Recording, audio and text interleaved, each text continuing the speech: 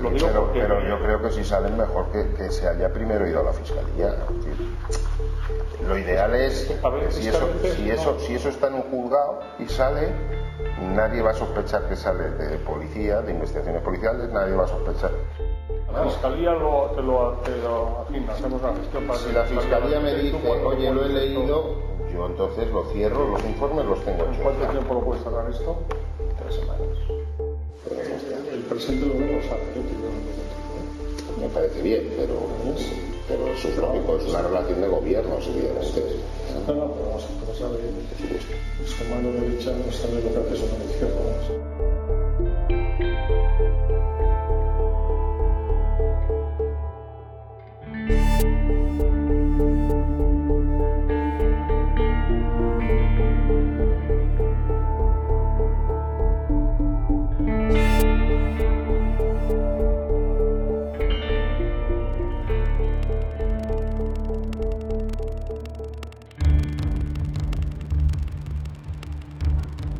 El día 21 de junio de 2016 se hicieron públicas las conversaciones entre el ministro del Interior, Jorge Fernández Díaz, y el jefe de la Oficina Antifraude de Cataluña, Daniel de Alfonso. El contenido de las grabaciones es la prueba de la existencia de un complot para atacar a los adversarios políticos del gobierno. Un hecho gravísimo en cualquier democracia. Llegaron en un sobre anónimo por correo ordinario. Una mañana un redactor me sube el correo y entre esos sobres pues hay uno que tiene un pendrive dentro. Al abrirlo, además anónimo, pues se lo llevé inmediatamente al informático para que viera a ver si aquello era un virus que nos iba a destruir el sistema o no.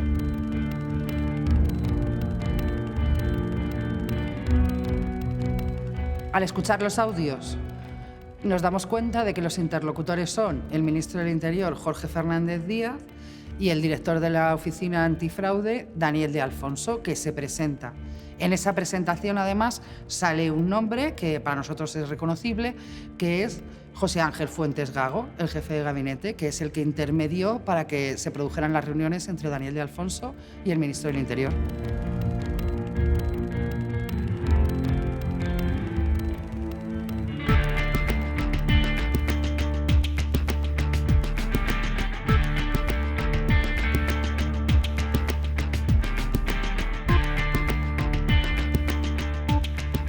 Las acciones persecutorias y antidemocráticas que se deducen del contenido de las grabaciones del ministro Jorge Fernández Díaz con Daniel de Alfonso constituyen tan solo un pequeño testimonio de las malas prácticas y la corrupción en el Ministerio del Interior que ha afectado a políticos, a policías y a simples ciudadanos. Un grupo de destacados funcionarios del Ministerio ha decidido dar su testimonio. Nosotros estábamos informando de ello y al parecer lo estábamos haciendo tan correctamente que el que fuera que remitió esa grabación al diario público consideró que éramos el mejor lugar y sobre todo el que nos atreveríamos a publicarlo.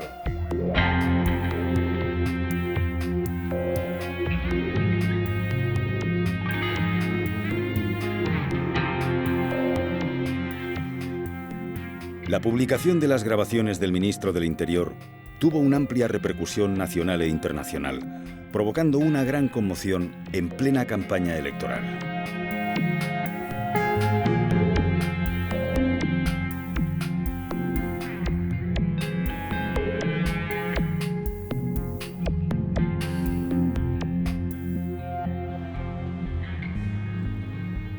Pero, si me permites, mételo en Fiscalía cuanto antes, porque esto es un torpedo, esto es un torpedo a la línea de flotación. Estoy a tus órdenes. A mí considérame como un cabo de tu cuerpo de nacional y... Agiliza lo que puedas, mételo cuanto antes. Había poco que deducir tras escuchar las grabaciones. Creo que está todo bastante explícito. Era la prueba de las maniobras que bajo el mandato de Fernández Díaz se estaban haciendo en Interior. Teníamos la prueba de ese caso, que era la Operación Cataluña, pero nosotros ya sabíamos que esas operaciones alegales de Interior se habían practicado en más causas y contra más personas. Octubre de 2014. Las conversaciones entre el ministro y de Alfonso tienen lugar unas semanas antes de la consulta sobre la independencia en Cataluña.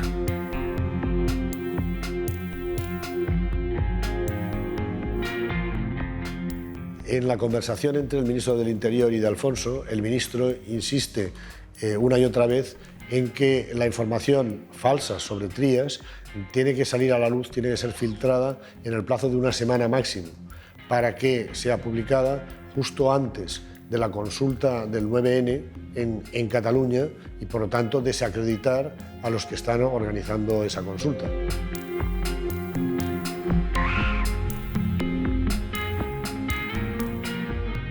¿Esa información que a ti te ha llegado, ¿Xavi Trías puede saber algo de eso? Xavier Trías no sabe ni esto. Ni esto. A ver, es que eso a Xavi Trías lo vamos a ver. Es como horror para él, ¿eh?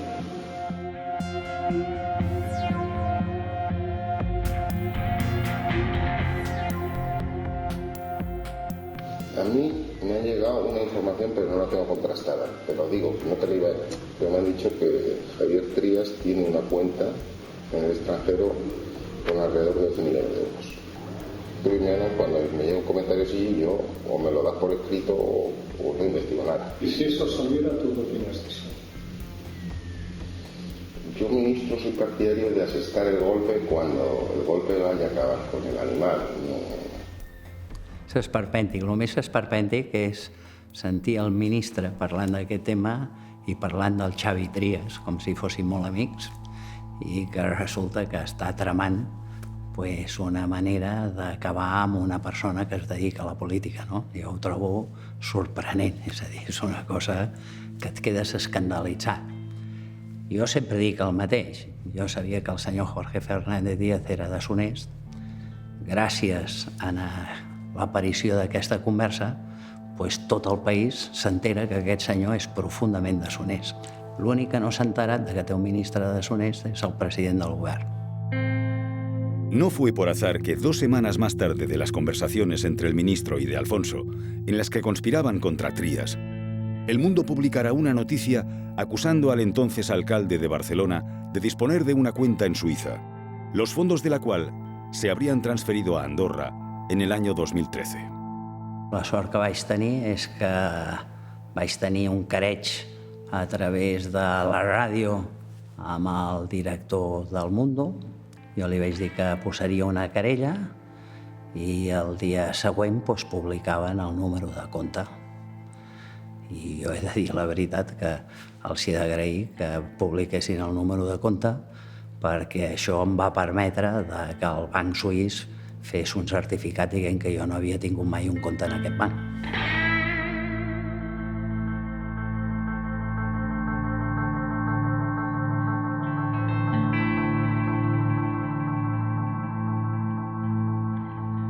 El caso de Trías es realmente paradigmático del modus operandi de la brigada política de Fernández Díaz, puesto que lo primero que se hace es una investigación prospectiva intentando descubrir algo contra determinados políticos. En el caso de que no se encuentre, porque es lo que ocurre con Trías, no se encuentran documentos ni materiales que lo puedan comprometer, entonces se hace un montaje y se fabrica un informe donde supuestamente se avala eso que no se ha podido demostrar. Ese informe apócrifo de la UDEF, con membrete pero sin firma, es el que a continuación se filtra a los medios de comunicación afines para que estos levanten un escándalo de grandes titulares y después el sindicato, mal llamado sindicato Manos Limpias, a continuación lo judicializa planteando una querella en base a esas informaciones viciadas, esas intoxicaciones periodísticas. Manos Limpias actuaba después de la publicación de los supuestos informes policiales en prensa. Pero, ¿cómo llegaban estos informes a manos de los periodistas? ¿Quién los filtraba? La respuesta a esa pregunta se encontró en el sumario de otro caso, el del pequeño Nicolás. El pequeño Nicolás, un estudiante de Derecho que se hacía pasar por agente del CNI y emisario de la Moncloa, fue detenido el 17 de octubre de 2014. 3 días más tarde, Asuntos Internos y el CNI se reunieron para hablar del pequeño Nicolás. En esta reunión que tenemos el día 20 de octubre, estamos informando al CNI que hemos detenido a Nicolás y que le hemos ocupado documentación firmada, entre comillas firmada, es decir, falsificada, con la firma del director del CNI y que se ha utilizado para una estafa.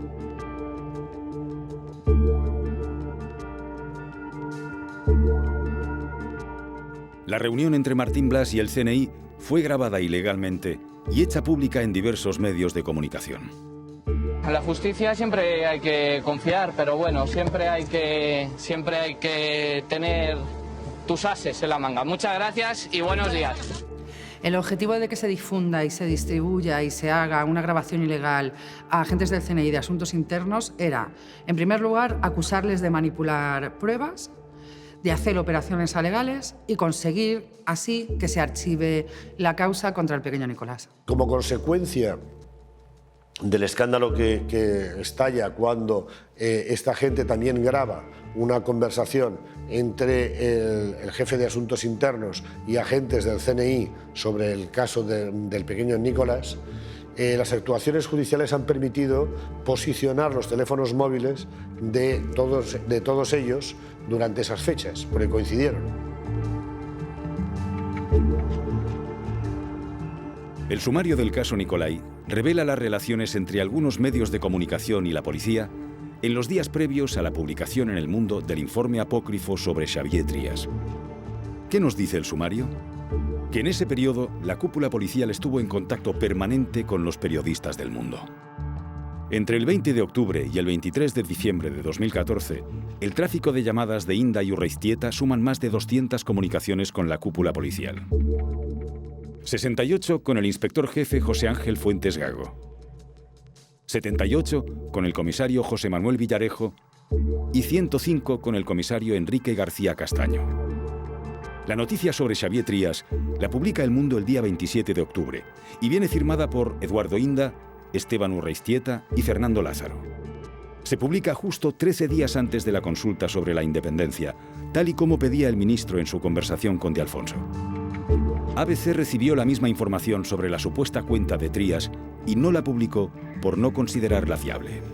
Des de que en Xavier Trias diu que votarà independència i des de que el Xavier Trias se'n va a Nova York i es troba amb el senyor Bloomberg i el senyor Bloomberg fa una editorial no a favor de la independència, però sí dient que no entén l'actitud del govern central envers Catalunya, doncs jo crec que comença una certa persecució.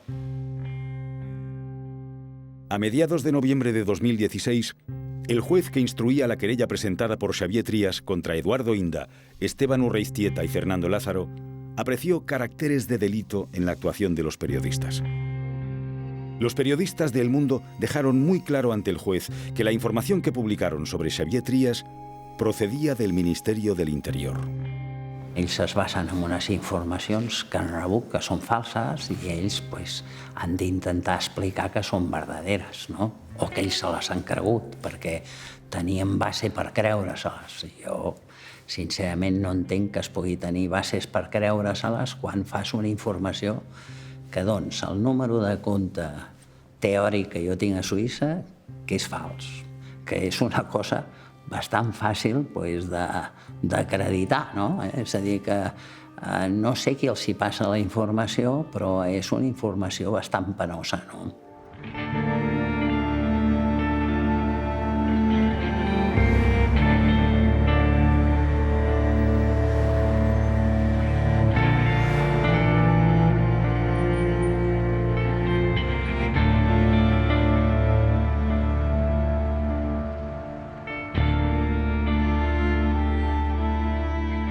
Estos podrían salir, ¿no? Podría salir, pero yo creo que si salen mejor que se haya primero ido a la fiscalía. Lo ideal es, si eso está en un juzgado y sale, nadie va a sospechar que sale de policía, de investigaciones policiales, nadie va a sospechar. Puede haber sido el funcionario de turno, el periodista gacetillero que está siempre por ahí, el amigo del fiscal. Porque a veces, cuando lo publicas, generas presión mediática que al final hace que cosas que no se hubieran tomado interés se lo toman. Es decir, estamos hablando de un ministro o de un ministerio del Interior y de un responsable máximo de investigaciones de corrupción, de fraudes, etcétera, en una comunidad autónoma como la de Cataluña. Las comunicaciones que ahí se hagan entre ellos son oficiales. Aquí no hay secretos oficiales, es decir, no puede haberlos. Por tanto, la comunicación siempre tendría que ser contrastada y si se habla de actividades ilícitas debería de dar lugar a un procedimiento. Si por el contrario lo que aparece es que parece que hay cosas raras, artimañas, o cómo vamos a hacer, o yo voy a hacer, o yo te aviso, para mí podría tener contenido delictivo.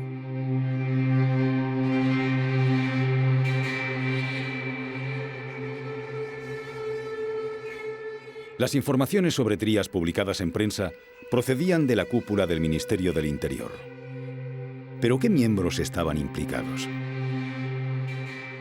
Este era el organigrama de la policía en octubre de 2014, con Jorge Fernández Díaz como ministro y Francisco Martínez como secretario de Estado de Interior.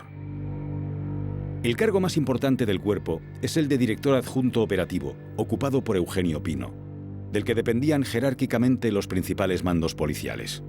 Muchos de estos cargos han estado implicados en la guerra sucia. Por supuesto, esta trama política, policial, tiene que ser instruida directamente desde el Ministerio, desde el ministro, porque el que organiza todas estas, digamos, operaciones encubiertas es un equipo de gente que tiene por encima al director adjunto operativo, Eugenio Pino, que es el número 2 de la policía, pero que reporta directamente al secretario de Estado de Interior y por tanto al ministro, y junto a él José Ángel Fuentes Gago, su jefe de gabinete, aunque ese cargo no está oficialmente reconocido. La suerte que hemos tenido en este tiempo es que había funcionarios del Ministerio del Interior que habían sido también víctimas o estaban asqueados de la manera de trabajar dentro del Ministerio del Interior y que bueno, se pusieron en contacto conmigo para ayudarme en esta investigación y también para avisarme de lo que se tramaba en contra mía y en contra del público.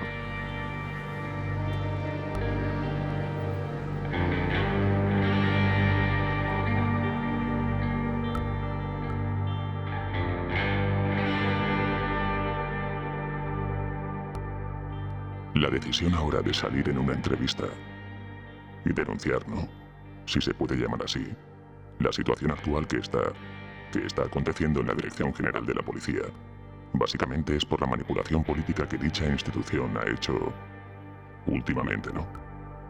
En estos momentos, en el Ministerio del Interior, hay una caza de brujas para ver quiénes son los funcionarios que pueden colaborar en concreto con público para que podamos sacar estas informaciones y ese es uno de los motivos por los que esta persona no puede dar la cara, pero sí nos da su testimonio.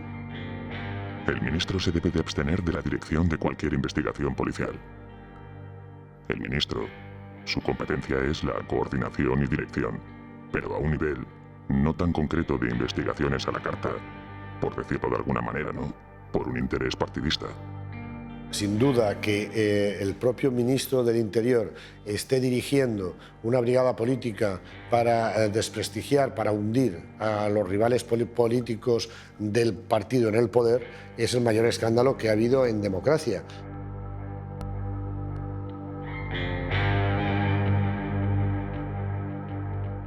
Esa brigada política consta principalmente de una serie de mandos policiales de la máxima confianza del ministro.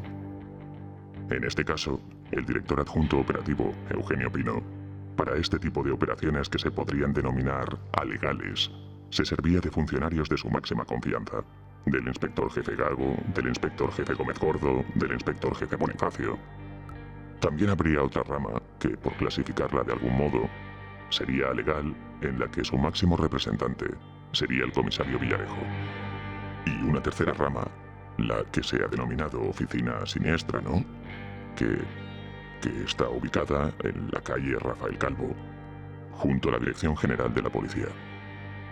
A esta oficina se le ha atribuido la realización de una serie de informes que bien se han elaborado y dirigido para defender a personas que son afines a esta brigada, o para atacar a compañeros o funcionarios que se atreven a denunciar lo que está ocurriendo en la policía, ¿no?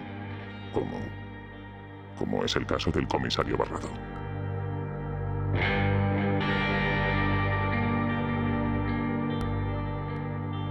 En mis 40 años de policía, o 41, en la vida había visto yo, ni había sospechado, ni lo he visto, que hubiera un grupo de policías que se dedicara a proteger a los malos en contra de las víctimas de los delitos. En los años 90, el secuestro de Anabel Segura conmovió a la sociedad española. El comisario Jaime Barrado fue el responsable de la detención de los secuestradores y asesinos de Anabel después de una larga investigación. Barrado es uno de los mandos más condecorados de la Policía Nacional. Jaime Barrado es el policía constante, cabezota, obcecado, que hasta que no resuelve un caso no para. Por ejemplo, entre los casos que llevó cuando era el jefe del grupo de secuestros, muchos eran asesinatos sin resolver, puesto que no había aparecido el cadáver. Pues a día de hoy, casi 20 y 30 años después de esos casos, él sigue en contacto con las familias y sigue dándole vueltas a los casos para ver cómo se puede pues, finalmente acabar lo que en su momento él no pudo concluir. Los políticos no son las únicas víctimas de las maniobras del Ministerio del Interior. Jaime Barrado sufrió represalias durante su investigación del caso Interligare. Interligare era la investigación de la corrupción policial. Eran 3 comisarios que habían estado metidos en empresas y habían dejado de pagar o habían dejado de cumplir con sus obligaciones con la hacienda pública y con la seguridad social. Nos pusimos a tirar del hilo hasta que descubrí que los malos estaban siendo advertidos por José Luis Olivera Serrano, que era mi jefe más inmediato. Barrado propuso la detención de los 3 comisarios implicados. A los 3 días le cesaron. El nuevo destino de Barrado fue la comisaría de Chamartín. En esta comisaría se topó con el caso de acoso, amenazas y agresiones a la doctora Elisa Pinto. La dermatóloga denunció acoso de carácter sexual y amenazas por parte de Javier López Madrid. Es una persona de comportamiento histriónico y entonces pasaba de una actitud agresiva amenazante diciendo que si en algún momento le denunciaba iban a enterrar las denuncias porque la policía, él tenía acceso a la policía y que por lo tanto yo no iba a tener nada que hacer, que tenía además pues, que su amistad con la Casa Real eso le ayudaba. A otros momentos en que decía que le perdonase, que no hiciese nada, que mantuviésemos una relación de amistad, que perdonara lo que hubiera hecho. Javier López Madrid es el yerno de Juan Miguel Villar Mir, presidente de OHL. Inició su carrera profesional en la central de Londres de Goldman Sachs y fue miembro del Consejo de Administración de OHL, la empresa de su suegro. López Madrid ha sido condenado por el escándalo de las tarjetas Black de Caja Madrid y fue detenido dentro de la llamada Operación Lezo, relacionada con la supuesta financiación irregular del PP de Madrid. López Madrid es un hombre con amistades poderosas, amigo íntimo del rey Felipe VI, del que fue compañero en el Colegio Los Rosales. Tratamos de tomar declaración a López Madrid y ahí empezó eso que el que es policía se incentiva, que es cuando empieza a recibir llamadas extrañas y contestaciones raras. Excusas y mentiras, que es que yo, pues como policía y comisario, este señor tiene algo que ver con OHL, evidentemente, pues el teléfono del jefe de seguridad de OHL. Me lo pasan, llamo, me identifico, comisario de policía, Jaime Barrado, en Chamartín, y quisiera hablar con el señor Francisco Javier López Madrid. Palabras textuales del jefe de seguridad de OHL. No quiero decir cómo se llama. Ese señor es desconocido total en esta empresa. La doctora Pinto denunció 2 agresiones físicas con un cuchillo por parte de desconocidos, advirtiéndola de que dejara en paz a López Madrid. La doctora acudió a la comisaría de Chamartín, acompañada de su abogado, para denunciar los hechos. Preparo un juego de fotografía, lo que hacemos todos los policías, para realizar un acta de reconocimiento fotográfico, que es la previa para que nos asegure. Y entre varias fotografías de individuos con las mismas características físicas, pongo la fotografía del individuo conocido como Villarejo y le reconoce sin ningún género de duda al que está con el número, creo que le puse con el número 3, entre varias fotografías. Y es tan observadora esta mujer que me dice, pero esta fotografía, en esta fotografía está muy joven. A mí el que me apuñala, que es pero tiene más años cuando me apuñala. Yo el día 21, creo que fue un día 19, entrego al jefe superior de Policía de Madrid las diligencias donde está implicado un comisario de policía, presuntamente como autor de varios delitos, y a los 2 días me cambian de comisaría, me mandan a una comisaría conflictiva que se llama Carabanchel. Evidentemente nadie te dice por qué. Las represalias contra Barrado no se limitaron al cambio de comisaría. Le abrieron un expediente que acabó con la suspensión de empleo y sueldo. Jaime Barrado presentó un recurso y la sección 7ª del Tribunal Superior de Justicia de Madrid dictó a su favor en una sentencia que especificó que la credibilidad del comisario estaba fuera de toda duda. Yo veo que hay una mano negra.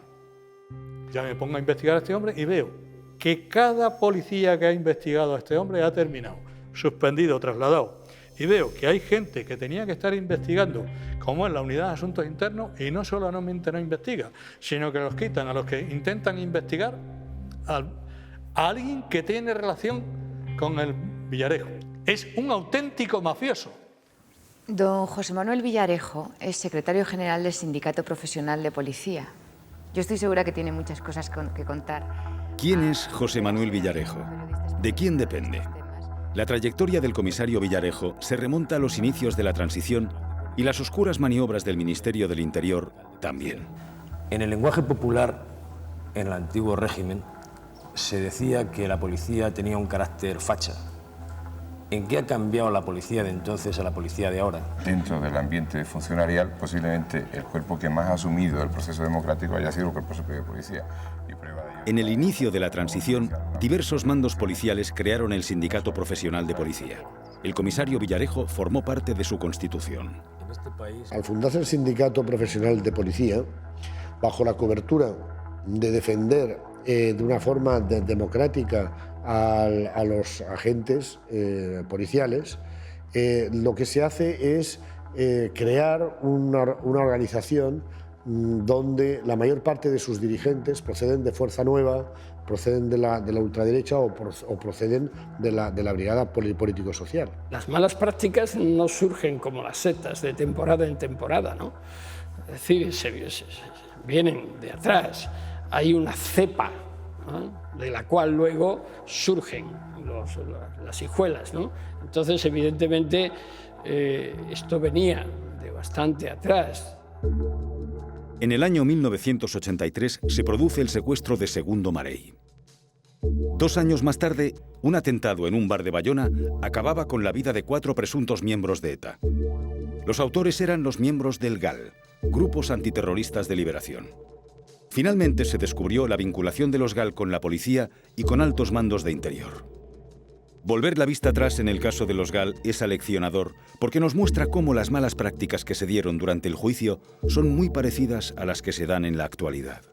Yo fui uno de los abogados que defendí los GAL. Yo llevaba a 4 comisarios, Miguel Planchuelo, Julio Hierro Moset, Francisco Saido Ceja y Jesús Martínez Torres.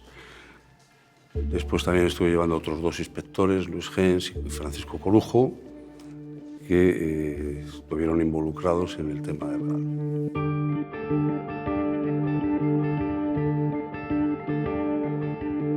Yo llamé a Felipe González a declarar ante la Sala Segunda del Tribunal Supremo porque entendí que venía esa declaración, debía ser acorde con los derechos, con la defensa que se estaba llevando a cabo por nuestro despacho con los policías que se estaban defendiendo.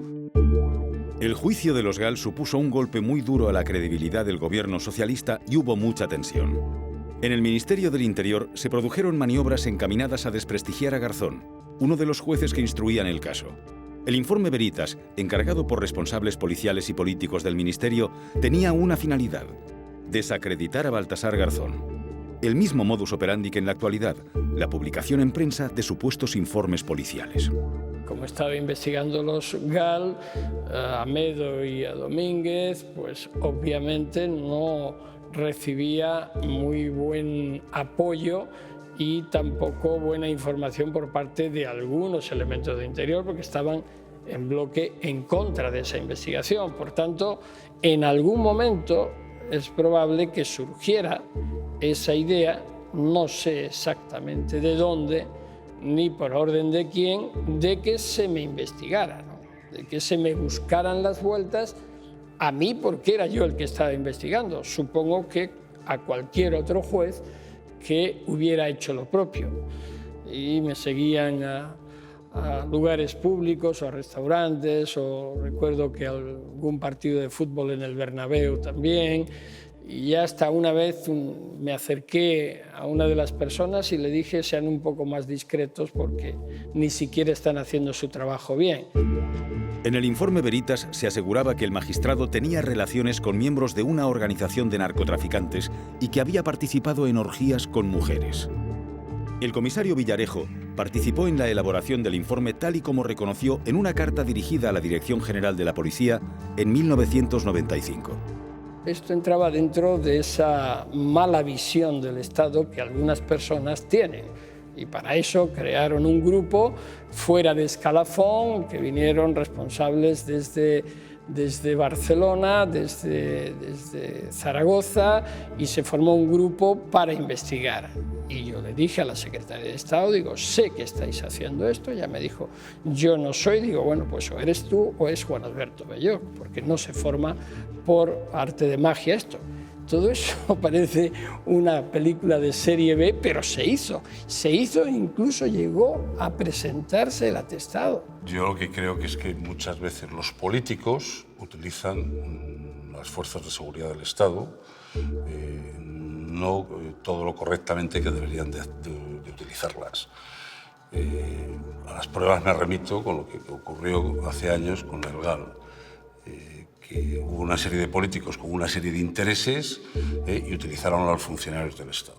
Lo que quiero decir es que el informe Veritas era el síntoma de una enfermedad corrosiva interna, cancerígena, que era la mala praxis de los servicios de información, contrainteligencia, de un modo de hacer y de actuar desde aparatos del Estado que estaba corrompido en sus propias bases.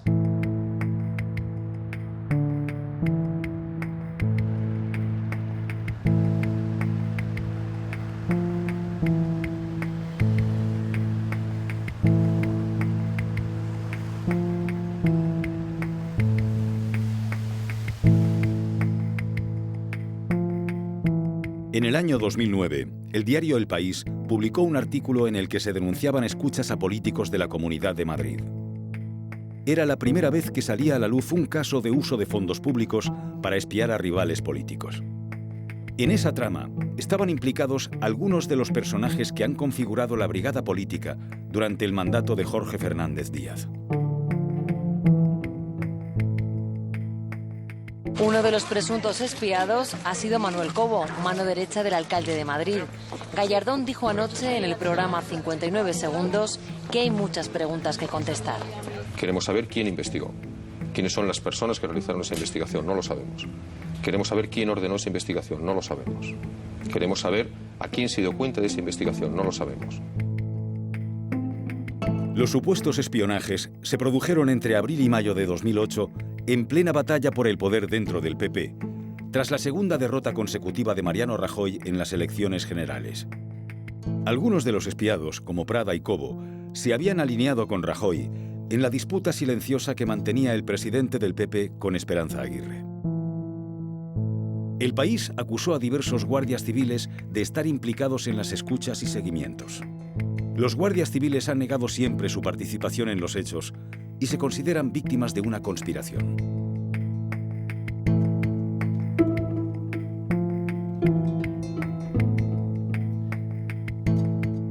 En enero del 2008, a principios de enero del 2008, el señor Gamón y el señor Castaño nos reúnen a los 6 asesores en el despacho del señor Gamón y nos transmite que, por especial interés del vicepresidente primero autonómico, en aquel entonces don Ignacio González, tiene especial interés en que nosotros desarrollemos unos seguimientos a los que el señor Gamón denomina objetivos. Estos objetivos ya se los he trasladado a quien lo tengo que trasladar, que es a la autoridad judicial. Pero vamos, no me importa decírselos. Era el señor Gallardón, el señor Cobo, el señor Prada, la señora Cifuentes, un señor que se apellida Cabezas, otro señor que se apellida Núñez y 2 o 3 alcaldes de localidades madrileñas. Si los guardias civiles niegan haber realizado los seguimientos, ¿quién los efectuó? Al comisario Jaime Barrado se le encargó la investigación de las escuchas cuando ya había salido a la luz que la comunidad autónoma había contratado a una empresa de detectives. El espionaje lo practicaban personas, que esas personas cobrarían dinero, utilizarían coches, teléfonos, eso vale dinero y ese dinero pues saldría de las arcas públicas, con lo cual era malversación de fondos públicos. Una de las cosas que anecdóticas que descubrí en delincuencia económica es que los ladrones roban, los políticos y la gente importante no roban. Ya van cambiando la terminología del verbo. Malversan, caudales, desvío de fondos. Los desvíos van siempre, se desvían para el mismo sitio. El comisario Jaime Barrado debe de tener clarísimo lo que hay aquí. O sea, él debe de saber que esto es una porquería. Y tampoco creo que no sospeche que los seguimientos reales estaban en Método 3 y no en nuestras personas.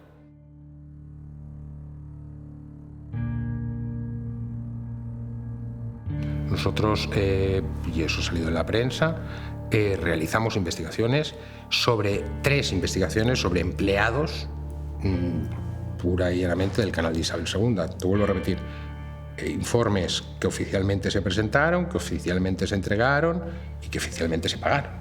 Yo soy abogado y soy detective privado y a mí me rige la Ley de Seguridad Privada, el Código Penal y el Estatuto de la Abogacía y por lo tanto todo lo que sea en nombre de clientes y de investigados deberé negarme, como ustedes podrán entender, a contestar. El que me ordena tajantemente que no se entre con mandamiento judicial de entrar en registro en Método 3 es el comisario general, es decir, José Luis Olivera está por debajo del comisario general, pero es el que da las indicaciones para prohibir la entrada de registro. A los guardias civiles se les ordenó que se situaran en las localizaciones en las que se encontraban los políticos supuestamente investigados por detectives privados. Esa es la razón por la que fueron imputados en la causa.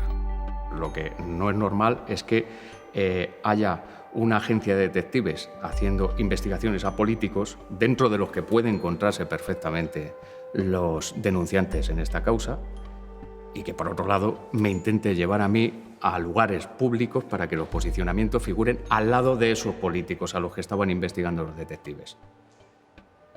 Y ese es el kit. Eso considero que es la finalidad. En noviembre de 2016, los servicios jurídicos del gobierno de Cristina Cifuentes de la Comunidad de Madrid admitían finalmente que se había espiado a políticos.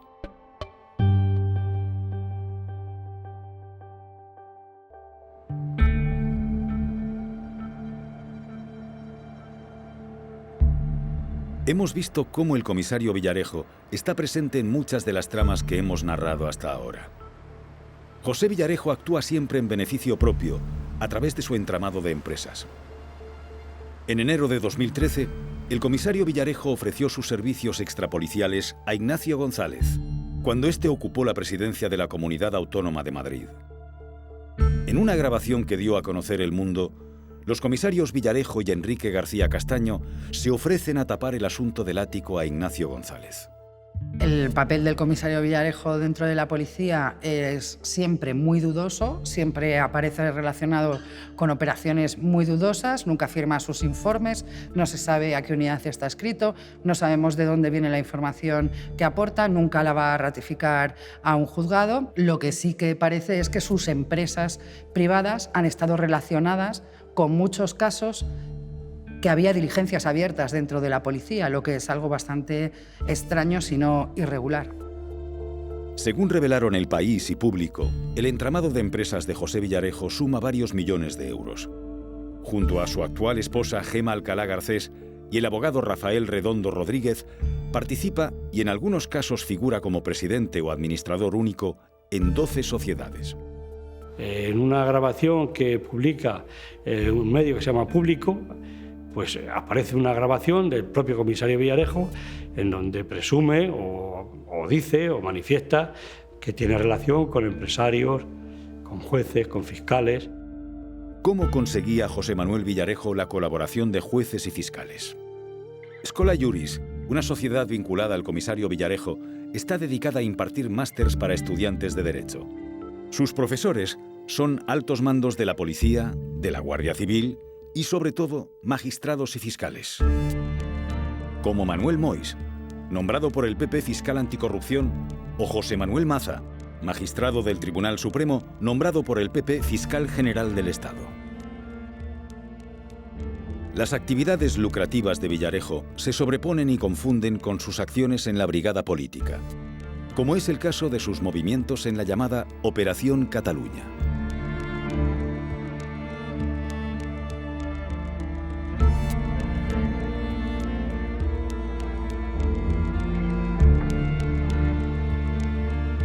Y en Convergencia, la persona con la que yo mantengo, porque es la persona que en su momento el presidente dijo, cumpliendo con la ley de la relación gobierno de Cataluña y oficina, a mí me puso de interlocutora a Yerma Gordó.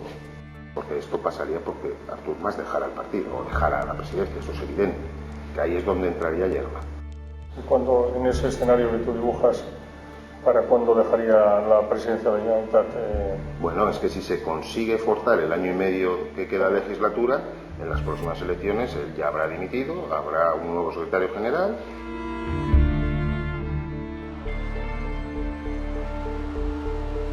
La llamada Operación Cataluña empieza con la llegada del PP al gobierno. Se pone en marcha la Brigada de Revisión de Casos con el supuesto objetivo de investigar aquellas causas que la cúpula policial entendiera que habían quedado sin resolver. Yo llego en el 2012 a la Unidad de Asuntos Internos. A finales del 2012, digamos septiembre, octubre del 2012, el director adjunto operativo me dice que hay unos asuntos que están cuestionados en la opinión pública y que la actuación de la policía pues no está clara. Esos asuntos son el caso Faisán y el 3%. Son cosas que están en la prensa a diario. Uno de los asuntos que se quería reactivar era el caso Palau y todo lo relacionado con Jordi Pujol y Convergencia.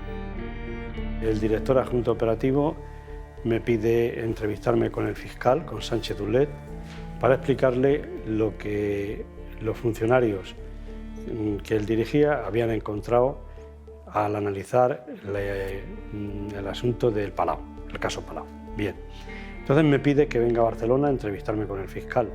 Vinimos, nos entrevistamos con Sánchez Dulet, estaba presente otro fiscal, Fernando Bermejo, y simplemente me limité a decir que unos funcionarios habían analizado el caso Palau y que había una vía posible de investigación, continuando con el nuevo tesorero que era Óscar Escrig.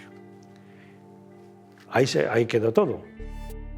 Sí que es cierto que uno de estos mandos, como fue el comisario Martín Blas, para reactivar este caso, se desplazaron a Cataluña en compañía del comisario principal, José Luis Olivera, para hablar con el fiscal y reactivar precisamente esa investigación por blanqueo. Es curioso, ¿no?, que siendo el competente Marcelino Martín Blas, también le acompañara un comisario que a priori nada tenía que ver con esta brigada, ni nada tenía que ver con la unidad de delincuencia económica y fiscal. La actuación de los policías motivó una queja formal del Consejo Fiscal, en la que se rechazaba la irregular actuación de los funcionarios. Marcelino Martín Blas es una persona que se creyó lo que en su momento le proponía el comisario Eugenio Pino, de que la unidad de asuntos internos realmente se iba a encargar de lo que se tenían que encargar, de asuntos internos, ¿no?, y de investigar a funcionarios de policía, que se creyó también que la brigada de revisión de casos que ponían en sus manos iba a servir para realmente ir más allá de donde había podido ir la justicia, pero siempre dentro del marco de estudiar los temas y ver qué vías legales había para reabrirlos, y que en un momento determinado se da cuenta de que lo que están haciendo es alegal. Unos meses más tarde de la constitución de la Brigada de Revisión de Casos, El Mundo publicó un supuesto informe de la UDEF en el que se acusaba a Jordi Pujol y a Artur Mas de disponer de cuentas en Suiza. La noticia se publicó en plena campaña de las elecciones autonómicas catalanas, las primeras en las que Convergencia pedía el voto por el derecho a decidir. Jorge Fernández Díaz compareció ante una comisión parlamentaria en la que declaró no conocer la autoría del supuesto informe de la UDEF, responsabilizando al Sindicato Unificado de Policía de su difusión. No es posible por el momento concretar cualquier responsabilidad en su elaboración y difusión dentro del ámbito del Cuerpo Nacional de Policía, sin perjuicio del expediente disciplinario incoado contra el secretario general del Sindicato Unificado de Policía. En aquel libro, en el método confidencial, yo me preguntaba cómo el ministro del Interior no puede saber quién ha realizado el informe de la UDEF, no el que lo firma, sino quién estaba detrás de todo eso, si yo, en 3 meses para escribir ese libro, descubro quién está detrás. Te pongo un ejemplo, ¿no? El comisario Villarejo busca a 2 testigos para elaborar el controvertido informe Pujol. Uno de los testigos es Victoria Álvarez y utiliza una identidad ficticia que ha salido en los medios de comunicación, como es la de Javier Hidalgo, JJ Hidalgo, bajo la profesión de periodista, ¿no?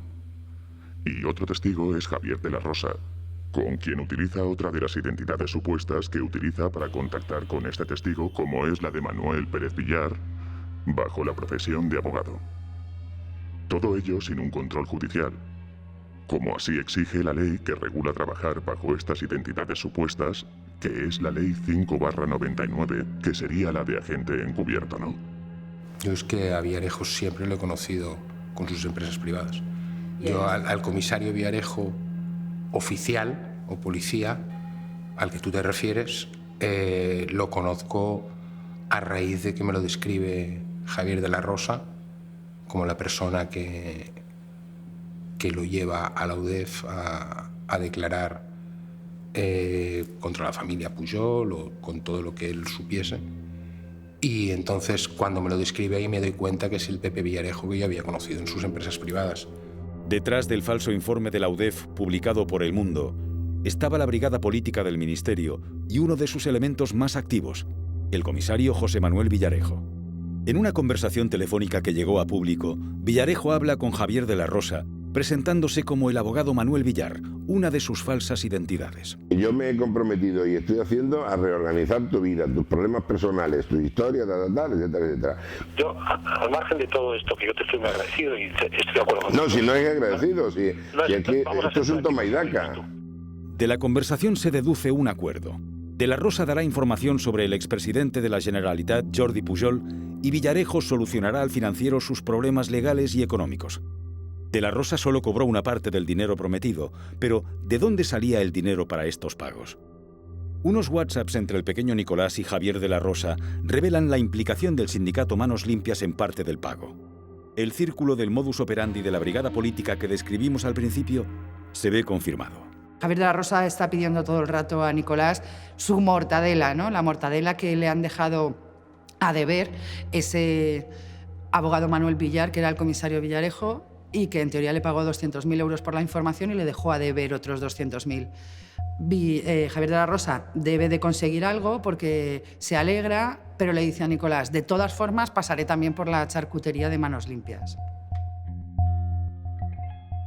El otro personaje utilizado por Villarejo en la elaboración del informe Pujol fue Victoria Álvarez, a quien convenció de declarar ante la UDEF. La exnovia de Jordi Pujol Ferrusola se hizo muy popular a raíz de la comida que compartió con Alicia Sánchez Camacho en el restaurante La Camarga de Barcelona. Lo que se habló en esa comida fue grabado por la agencia de detectives Método 3. Policía no podemos ir porque policías son todos... Bueno, yo iría directamente a Fiscalía y a quien conocemos de Fiscalía.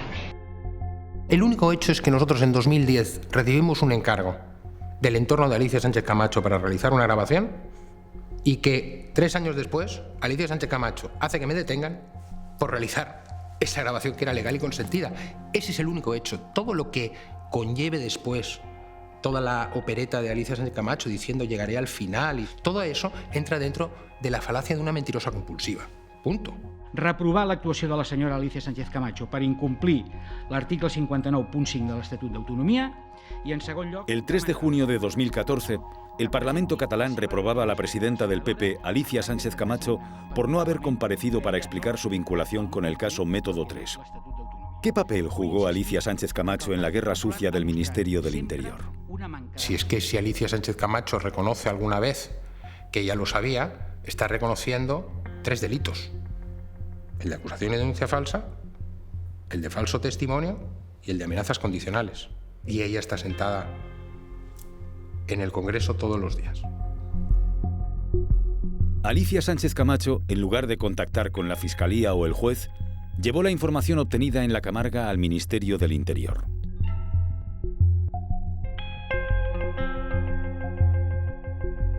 Jorge Moragas, que conocía a Victoria Álvarez de su época escolar, la animó a declarar en unos WhatsApps. Victoria Álvarez, en una conversación con Villarejo, habla de su relación con Moragas. A Moragas sí que le he mandado una serie de mensajes esta mañana. Digo, mira, me había equivocado creo que con Alberto, pero siguen estando ahí. Le he dicho, digo, como demuestren y piensa que la prensa... yo no sé nada de este circo y además dice, y el único perjudicado soy yo. Digo, vete a la mierda, tú de perjudicado no tienes nada. ¿Vale? Pero ¿te ha contestado Moragas, por lo menos? Soy yo. ¿Te ha contestado él? ¿Te ha contestado Moragas, por lo menos? Sí, me ha contestado. Me ha contestado 2 o 3 mensajes. Por lo menos tiene la ventaja. Espero no defraudarte, presidente. Estar a la altura de las circunstancias, como siempre tú dices. I algo que he aprendido... Jo crec que el senyor Jorge de Moragas, que és un senyor que està al cantó directe del senyor Mariano Rajoy, és una de les persones instigadores amb el senyor Jorge Fernández Díaz, i estic segur que amb la senyora Alicia Sánchez Camacho per organitzar tota aquesta actuació en contra d'unes persones. Això no ho puc demostrar, però cada dia està més clar que això és així.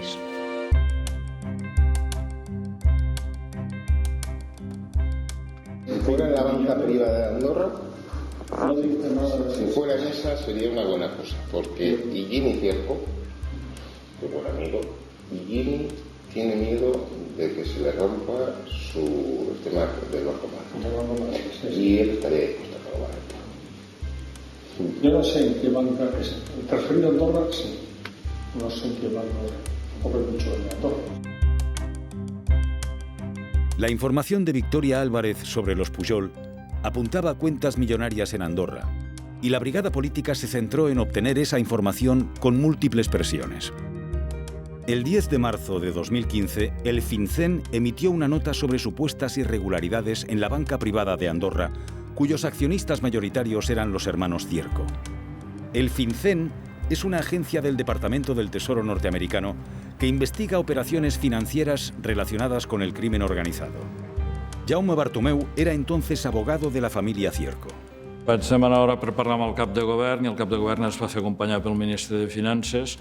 Encara no feia una setmana que havia esclatat aquesta greu crisi, jo els hi vaig anar a explicar uns fets que s'havien esdevingut gairebé un any abans, a l'estiu del 2014, que eren unes coaccions que s'havien fet sobre els responsables de l'entitat Banca Privada d'Andorra per part de persones vinculades a organismes de seguretat espanyols i en relació a que, trencant el secret professional, donguessin informació d'uns comptes que hi pogués haver a l'entitat que ells dirigien i representaven de la família Pujol.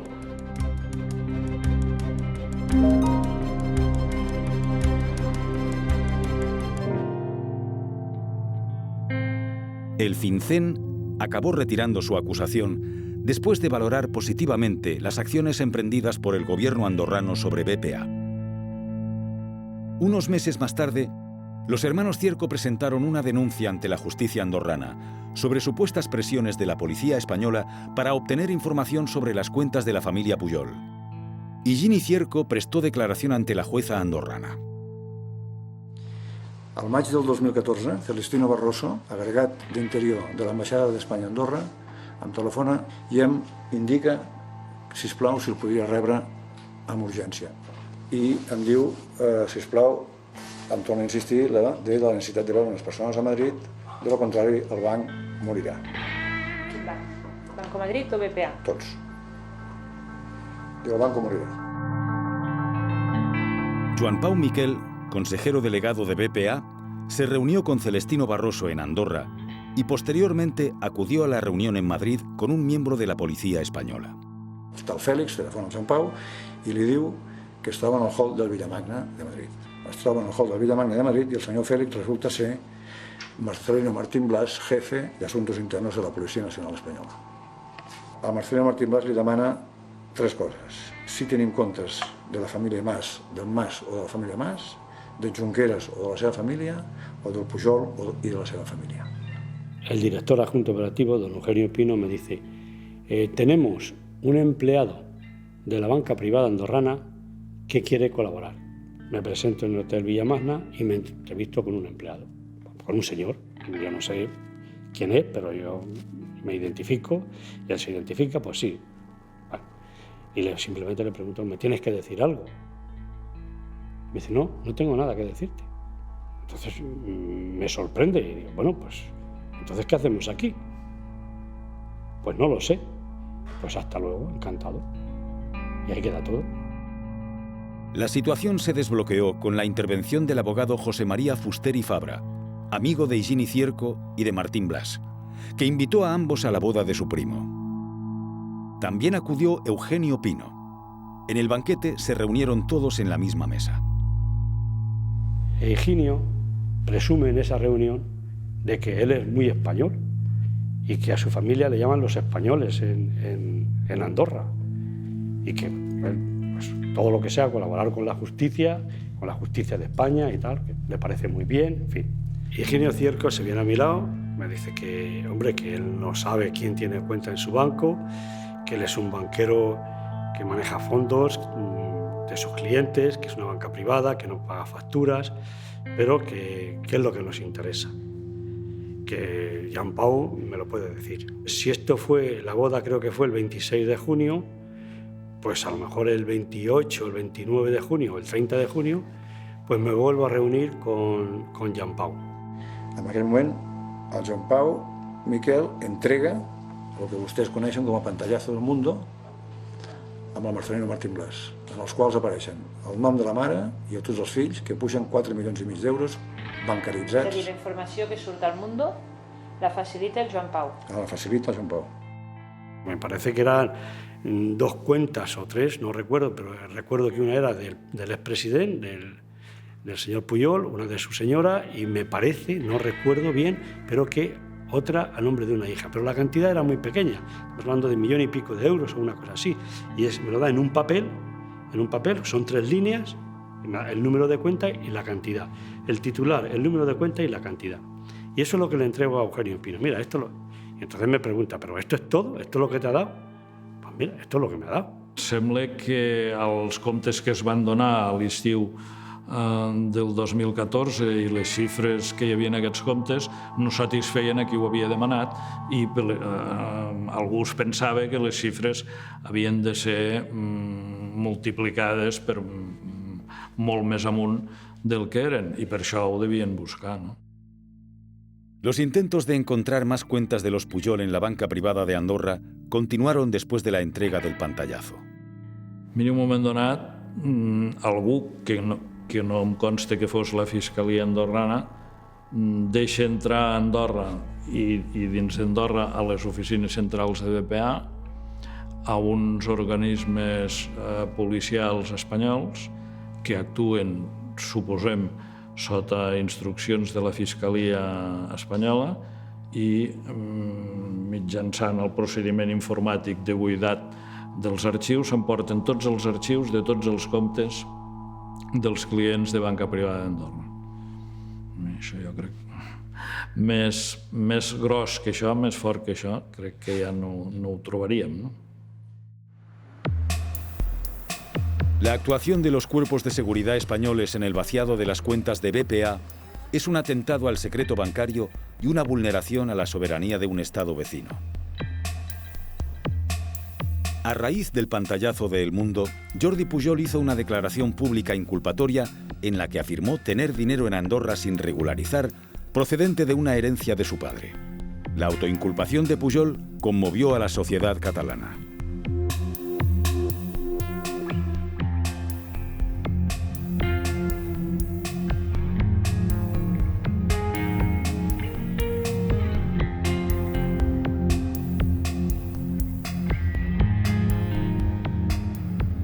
El interés del Ministerio del Interior por la banca andorrana no se limitaba a los políticos independentistas. Existía también interés en las cuentas de empresarios venezolanos para vincularlas a una supuesta financiación irregular de Podemos.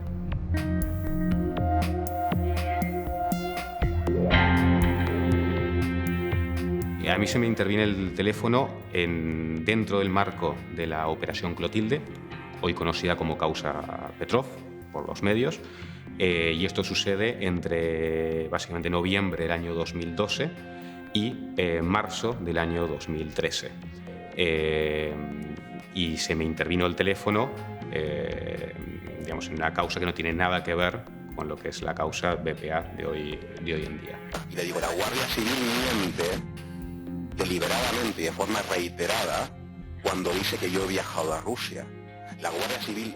Pablo Laplana fue investigado y su teléfono pinchado por orden judicial en el marco de la Operación Clotilde, o caso Petrov, sobre corrupción urbanística en la Costa Brava vinculada a la mafia rusa.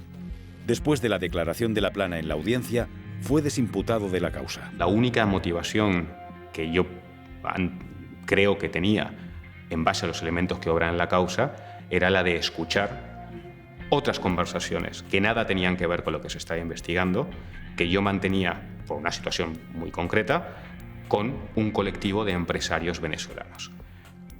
Al atacar a Venezuela utilizándome como excusa, se desprestigia a Venezuela y por la asociación Venezuela-Podemos, por extensión, se desprestigia a Podemos.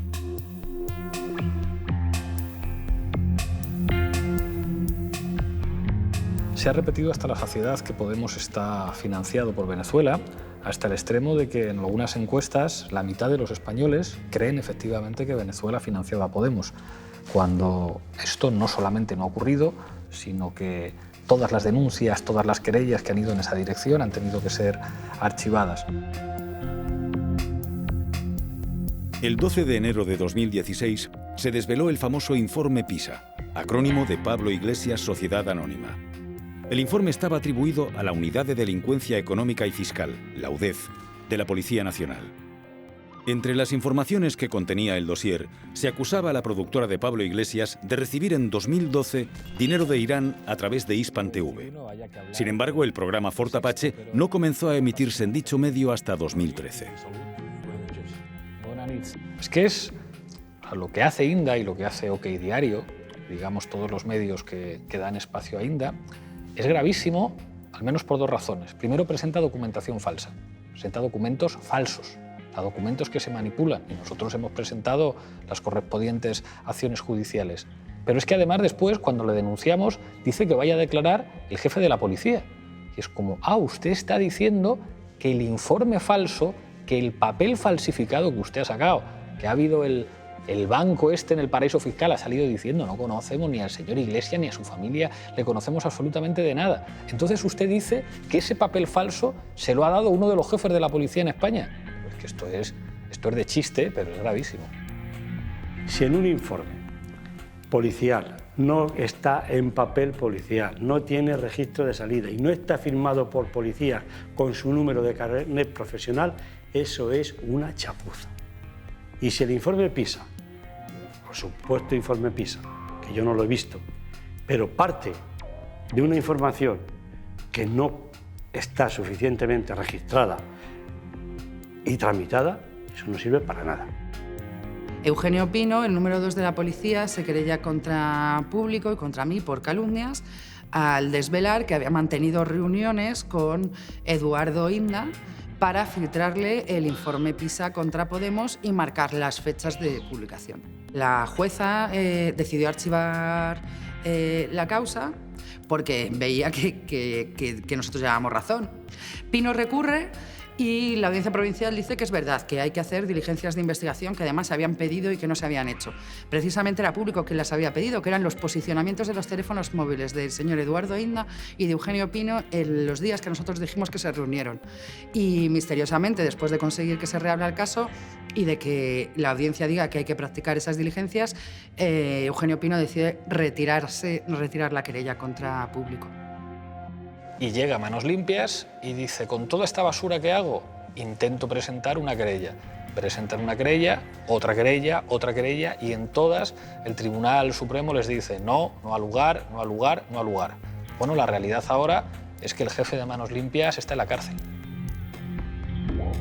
El 15 de abril de 2016 se ponía en marcha la llamada Operación Nelson de la Policía Nacional contra Manos Limpias y la Asociación de Servicios Bancarios Ausbank por extorsión, fraude en subvenciones, estafa y administración desleal. Se decretó prisión incondicional para Miguel Bernard y Luis Pineda.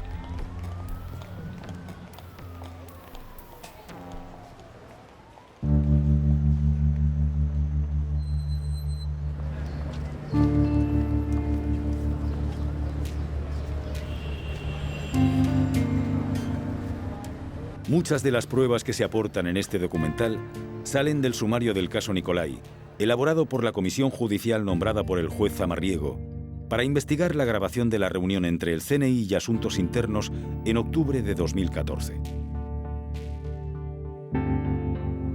Y es que el juez, a la vista de lo que he contado, a la vista de que se han cometido esas irregularidades que él no ha visto nunca en una investigación, decide crear una comisión judicial. Marcelino Martín Blas formó parte de esa comisión desde que fue cesado de su cargo como jefe de Asuntos Internos de la Policía en marzo de 2015. Constituida la comisión judicial, pedimos informes a Policía Científica y Policía Científica nos dice cuándo, cómo y a través de qué medios se ha hecho la grabación. Para un policía la deducción no es muy complicada, es decir, si el periodista que está publicando desde el primer momento de la detención se llama Carlos Mier y trabaja en información sensible, y ya hemos visto que información sensible es del comisario Villarejo, y luego después nos encontramos con que esa llamada, que ha sido cortada según el informe de Policía Científica, resulta que corresponde a ese periodista. No es muy difícil la conclusión, ¿no? La comisión judicial presentó sus conclusiones en mayo de 2016. Nosotros terminamos el informe proponiendo que las detenciones, los registros y diciendo en el informe que puede haber una organización criminal en la que participan policías y periodistas. Los policías pues, son un director, en fin, el director adjunto operativo y algunos periodistas. Lo presentamos en mayo. El trabajo de la Comisión Judicial del caso Nicolai se ha realizado en un entorno hostil dentro y fuera del Ministerio. ¿Qué ha ocurrido en la Policía Nacional o en el Ministerio del Interior estos últimos años? Yo diría que hay un cúmulo de irregularidades. El Ministerio del Interior no nos ha dado ningún amparo. Y tampoco ha facilitado la investigación. Porque, digamos, en el mejor de los casos, se ha desentendido de ello.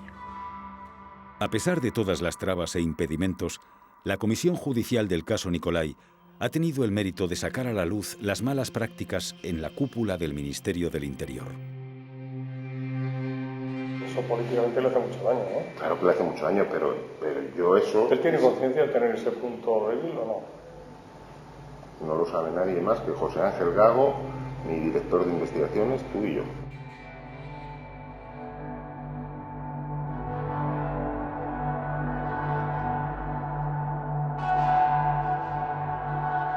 Las grabaciones al ministro aparecen en público unas semanas más tarde de la presentación del informe de la Comisión Judicial.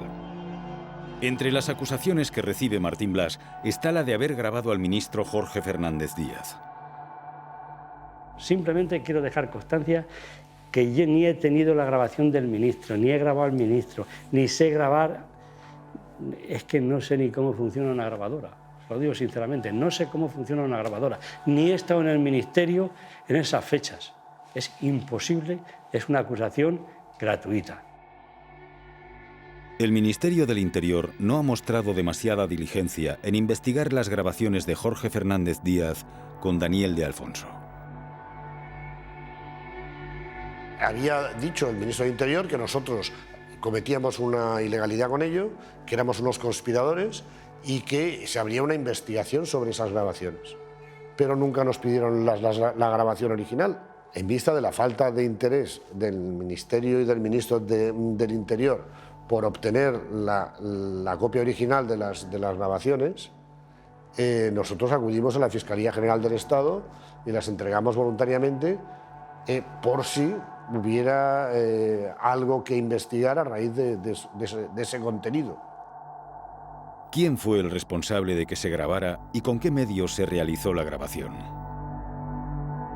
El análisis de las grabaciones, realizado por expertos a solicitud de público, indica que de Alfonso era quien estaba grabando desde algún dispositivo propio, por la manera en que se movía, por cómo entraba y salía del lugar de la reunión y por el contenido. El propio de Alfonso nos reconoce a nosotros que su móvil solamente lo ha entregado a Fuentes Gago, a José Ángel, y por tanto el único que ha tenido acceso a poder instalar algo con lo que grabar desde su móvil es este hombre. Dedujimos que el que estaba grabando era de Alfonso y además era con pleno conocimiento suyo, entre otras cosas porque a menudo parecía hablar para la grabación, parecía hablar para la grabadora. He dicho en otras ocasiones que parecía un audio selfie. Este director ni ha grabado, ni sabía, ni ha permitido, y entenderán ustedes, porque si no tendríamos que pensar que somos todos subnormales perdidos, entenderán ustedes que tampoco las he puesto en circulación. Pues, ¿usted lo quiere? Pues mire, el señor... La primera consecuencia política de la publicación de las conversaciones fue el cese de Daniel de Alfonso por el Parlament de Cataluña. El ministro continuó en su puesto. El ministro del Interior debería presentar su dimisión hoy mismo. Tiene que dar explicaciones y en este caso, si son ciertas, tiene que dimitir. Eso es muy grave y debería implicar la dimisión o el cese fulminante. Directamente todos los partidos, como digo, desde Bildu hasta Ciudadanos, pida directamente mi dimisión, sin esperar, sin darse cuenta que yo soy la víctima de ese atropello, de ese ataque y sin esperar a que una investigación aclare qué es lo que ha sucedido. Gracias, presidente. Jorge Fernández Díaz fue finalmente reprobado. La primera reprobación de un ministro desde la restauración de la democracia. La comisión parlamentaria que investiga la utilización partidista del ministerio empezó sus trabajos con la declaración de Jorge Fernández Díaz y de Alfonso, pero sin el testimonio de los mandos policiales por el bloqueo de PP, Ciudadanos y PSOE. Ya la inteligencia de cada uno.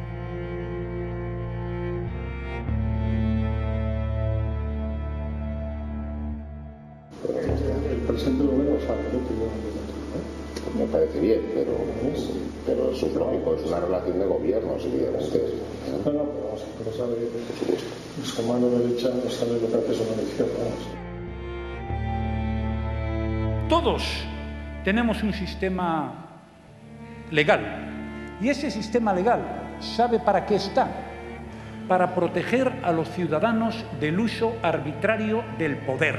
Eso es el ABC de la democracia, del Estado de Derecho y de la ley. Bueno, és un atemptat a la democràcia d'una gravetat extrema.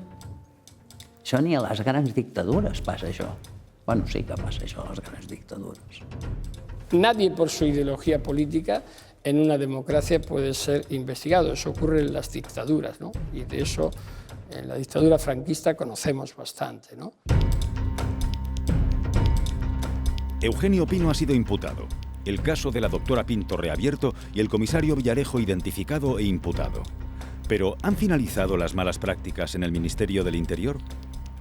Con el cambio de ministro de Fernández Díaz a Zoido, yo creo que todavía no ha supuesto acabar con esa mafia y con esa trama y con esas malas prácticas que hay dentro de la policía. Todavía queda una estructura de inspectores, jefes y algún que otro comisario, como García Castaño, que siempre aparecía en todas estas cosas de la brigada política, que ahí siguen en sus puestos. Entonces, la limpia está por hacer todavía. Se trata de que existe una trama político-empresarial en este país que se dedica realmente a gobernar en la sombra con absoluta impunidad y que cuenta con lo que podríamos llamar un ejército de mercenarios, que naturalmente son policías, muchos de ellos, pero que hay que incluir también algunos fiscales y hasta algunos magistrados. Entonces llega un momento que ya se sitúa uno muy lejos de creer en nada, donde había una persona que creía en las instituciones, en el Estado social y democrático de derecho en el que convivimos los ciudadanos, una persona que creía firmemente en la división de poderes, en que la policía y la Guardia Civil protege los derechos y garantías de los ciudadanos. Pues ahora queda una persona con unos principios y unos valores derrumbados. Después de ver lo que he visto, ya siendo comisario, que hay una serie de individuos que trabajan a las órdenes de quien más les paga, que son auténticos sicarios, me repugna tanto esa actitud que es lo único que me mueve para estar aquí. Yo estoy convencido de que hay muchos policías superiores míos que han sido decentes, pero no han sido capaces porque el sistema está tan corrupto que expulsa a los decentes.